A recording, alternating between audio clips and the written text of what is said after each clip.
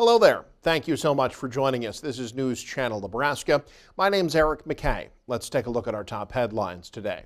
The U.S. and China set to negotiate tariffs this weekend in the famously neutral country of Switzerland. Geneva is where top American and Chinese officials set to meet in person for the first time since the trade war began. And as Amy Kiley reports, time might be running out to negate the impact on American consumers. It all goes back into this weekend with Bessa in Switzerland. Top U.S. trade officials are in Switzerland for tariff negotiations, and the future of the global economy could be at stake. Their Treasury Secretary Scott Bessent and U.S. Trade Representative Jamieson Greer. The itinerary includes reciprocal trade talks with the Swiss president, but that's not the headline of the visit. Scott's going to be going to Switzerland, meeting with China, and, they very much want to make a deal. Bessent tells Fox News he doesn't expect such an agreement this weekend. He says he is hoping to de-escalate the trade war between the world's two largest economies. On Saturday, we will begin, which I believe is the opposite of advance. These are set to be the first in-person talks between U.S. and Chinese officials since President Donald Trump hiked tariffs 145% for most Chinese imports. In response, China now charges a 125% duty on certain American exports. The tit-for-tat measures are straining both economies. Now, the first ships with Chinese goods subject to the new tariffs are reaching American shores. Experts say U.S. consumers are weeks away from supply shortages and price hikes. There's not an economist alive who thinks that the economy isn't facing enormous and unnecessary risks. I'm Amy Kiley reporting. Staying on Capitol Hill, it isn't too terribly often when a politician breaks from the party line, but a Nebraska House member did so during a vote on Thursday. U.S. Representative Don Bacon of Omaha, the lone Republican no on the renaming of the Gulf of Mexico to the Gulf of America. The 211 to 206 result directly down party lines, with the exception of Bacon, who said in a statement afterward, quote, "Our country has more important issues to worry about," end quote. The bill would need 60 votes to advance in the Senate. Democrats hold 45 seats there, along with 2 independents. Closer to home, cleanup underway after an ag sprayer fell through a bridge in southeast Nebraska. This is the scene a few miles northeast of Palmyra Thursday afternoon.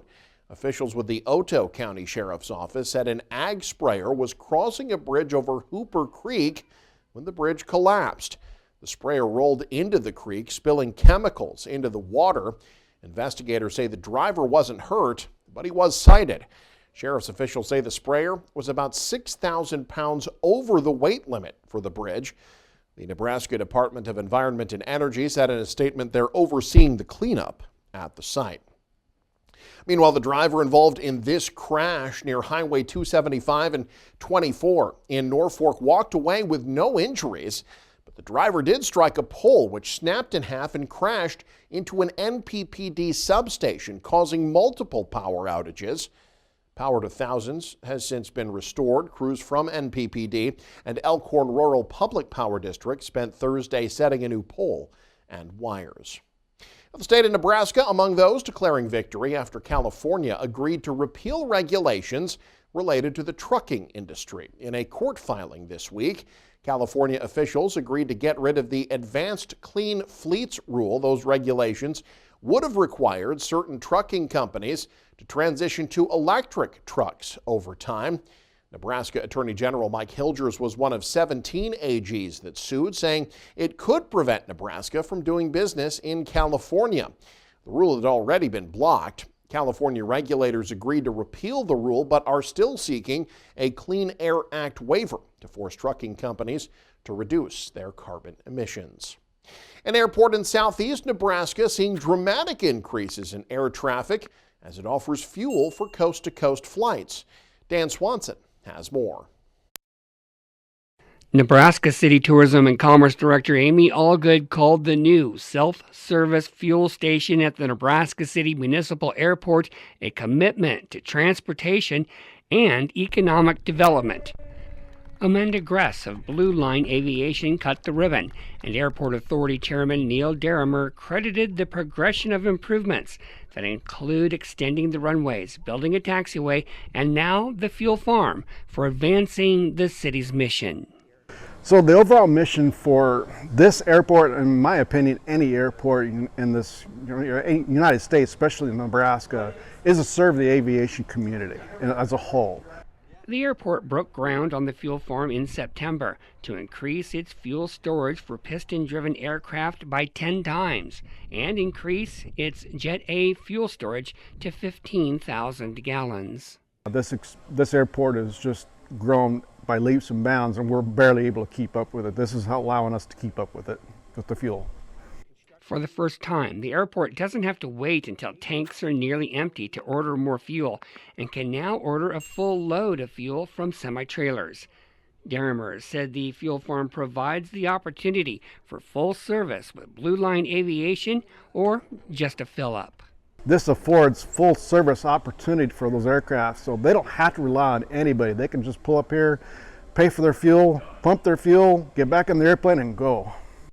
As federal funding becomes available, the Airport Authority would like to expand its apron space so planes can park at Nebraska City and build a taxiway from the south runway to the fuel station. From Nebraska City, I'm Dan Swanson, News Channel Nebraska.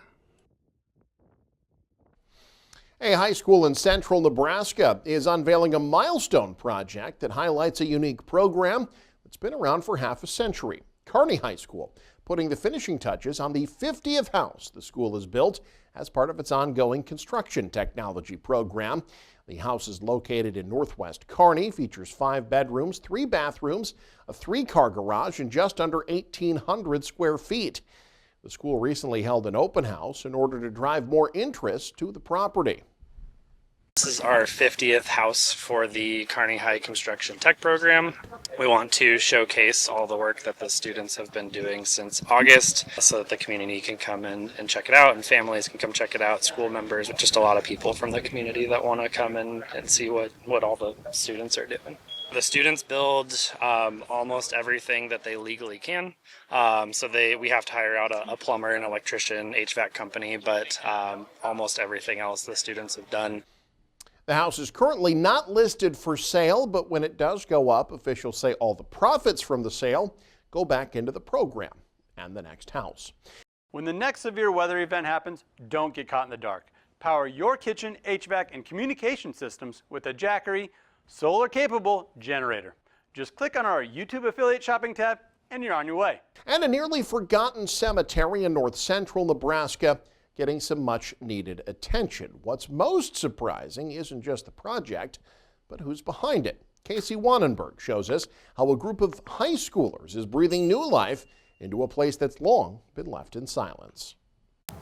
Here, on the west side of Valentine, rests a place where the living rarely visit, and the past lingers quietly. As you can see, there's like some fake flowers down here. Despite living in Valentine for years, 10 years, Neely Cronin, like many in town, had never heard of Minnecaduza Cemetery, also known as Boot Hill. It could be another grave. A term used to describe frontier cemeteries where people were buried quickly and simply, sometimes still wearing their boots. We don't know if there's a few graves in here. We don't know if it's just, we don't really know why it's here. Cronin and a few of her classmates, like Sophia Bishop, it doesn't look very nice right now, and I think it would be nice to clean it up. We're searching for a community service project for government class. Well, I honestly didn't even know there's a cemetery here, but my dad suggested, he's like, hey, did you know that there's a few other cemeteries around town? I was like,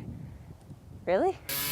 With some help from Cronin's dad, the high schoolers are giving new life to this all-too-forgotten resting place, removing dead branches, clearing weeds, and even installing a new gate. When I told people that we were going to work on the cemetery, they were kind of confused. They're like, what do you mean? Like, why? They just thought it was kind of odd, but it's for a good cause. While much about the cemetery remains a mystery, I hit up the Valentine Public Library to dig through old archives. What I found, you might find both surprising and interesting. This is the grave of Hubert. This is one of only a few headstones that remain at Boot Hill. That of Hubert Rouleau. He died June 25th, 1887. Records show he was born in 1796 in Canada, lived to age 91, and spent much of his life trading with Native Americans. Findagrave.com even notes he was the subject of several drawings by famed artist Frederick Remington. And he's mentioned in a couple of books. This one is made of marble, obviously. In addition to Rouleau, records suggest around 40 other early settlers were buried here from 1883 to 1902.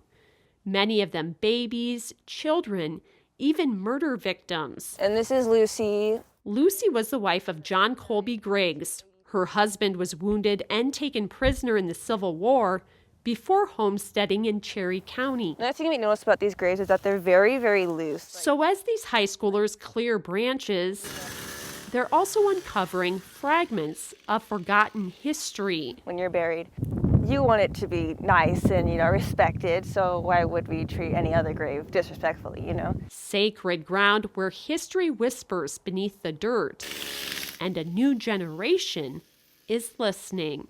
In Valentine, Casey Wannenberg, News Channel, Nebraska.